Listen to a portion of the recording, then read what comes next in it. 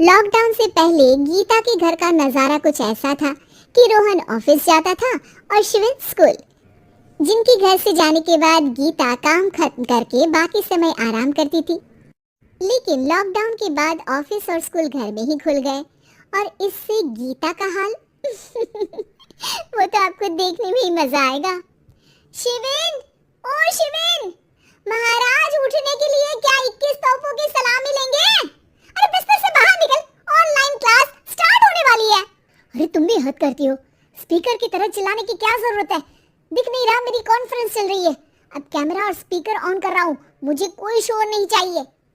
इस पर जैसे ही रोहन लैपटॉप का कैमरा और स्पीकर ऑन करता है तभी कुकर की सीटी बजती है। करा लो अब इसे चुप। लॉकडाउन नहीं हुआ, मेरी मौत का फरमान जारी हो गया। दोनों बाप बेटे ने नाक में दम किया हुआ है। ऐसा बोलकर गीता वहां से शिविन के कमरे में पहुंच जाती है, जहां शिविन अभी भी सो रहा होता है। ओ आलसी, अब अगर 5 मिनट में नहीं उठाना तो आज तेरा गेम और यूट्यूब कैंसिल। माँ की बात सुनकर शिविन बिना 1 मिनट गंवाए उठ खड़ा होता है। उठ गया, अभी नहाकर भी आता हूँ। ये नाटक कहीं और, मुंह पर गीला कपड़ा मार और पढ़ने बैठ।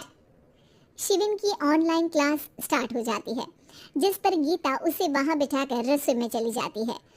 थोड़ी देर में उसे कमरे से कुछ आवाज सुनाई देती है, जिसे सुनकर वो कमरे में वापस आती है। हाय राम, तुझे क्लास अटेंड करने के लिए बोला था, कैमरा ऑफ करके बिस्तर पर नाचने के लिए नहीं बोला था।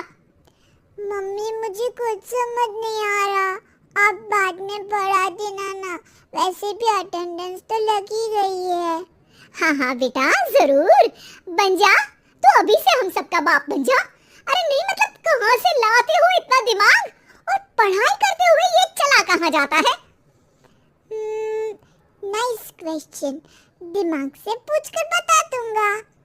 शिविन की बातों से परेशान होकर गीता उसे मारने के लिए जैसे ही आगे बढ़ती है तभी वो कमरे से बाहर भाग जाता है। अब शिविन आगे और गीता हाथ में चप्पल पकड़े उसके पीछे पूरे घर में दोनों घूम रहे होते हैं। इसी बीच वो रोहन के पास पहुंच जाता है और शिविन को मारने वाली चप्पल रोहन के लैपटॉप पर जाकर गिरती है। ओए माँ! मम्मी, अब पापा को चप्पल मारी हो? ओ आज तक के रिपोर्टर, चुपचाप जाकर क्लास अटेंड कर ले, नहीं तो अगली तेरे पीछे लगेगी। इस पर शिविन वहां से चला जाता है, जिसके बाद रोहन गीता से कहता है, इस सर्कस के लिए कुछ बोलना चाहोगी?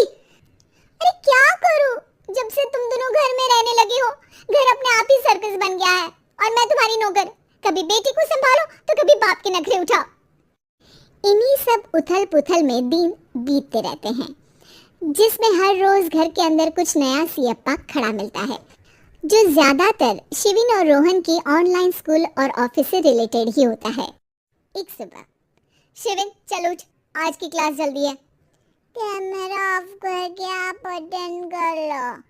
अरे ऐसे छित्तर पड़ेंगे, दादी नानी सब एक साथ याद आ जाएंगी।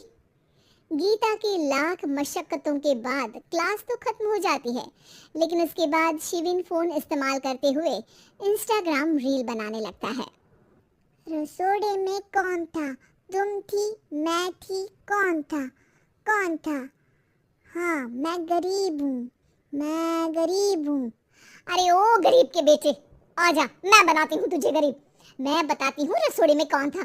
पढ़ाई करने बोलो तो इनकी माँ मर जाती है और ये पागलपंतियाँ जितनी मर्जी करा लो।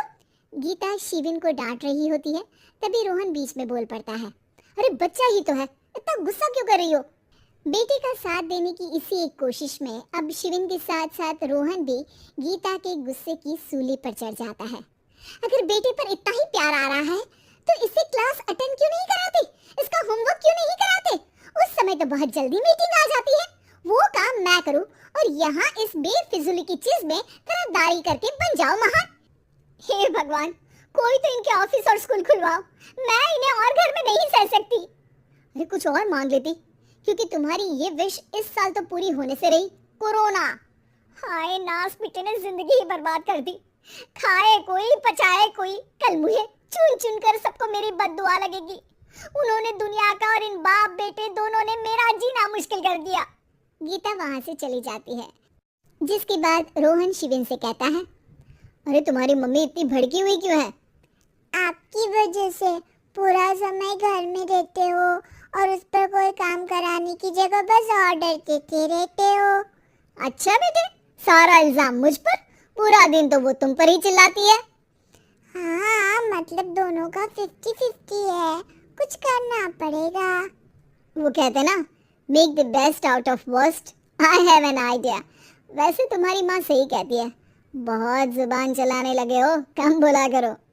अगली सुबह रोहन और शिवेन अपनी गलती को सुधारने के लिए गीता के उठने से पहले घर का आधा काम खत्म कर देते हैं, जिसे देखकर गीता खुश हो जाती है और फिर बाकी बचा काम वो तीनों मिलकर पूरा कर लेते हैं। जिसके बाद अब वो सब मिल बांट कर हर काम में एक दूसरे की मदद करते हुए लॉकडाउन का मजा लेने लगते हैं।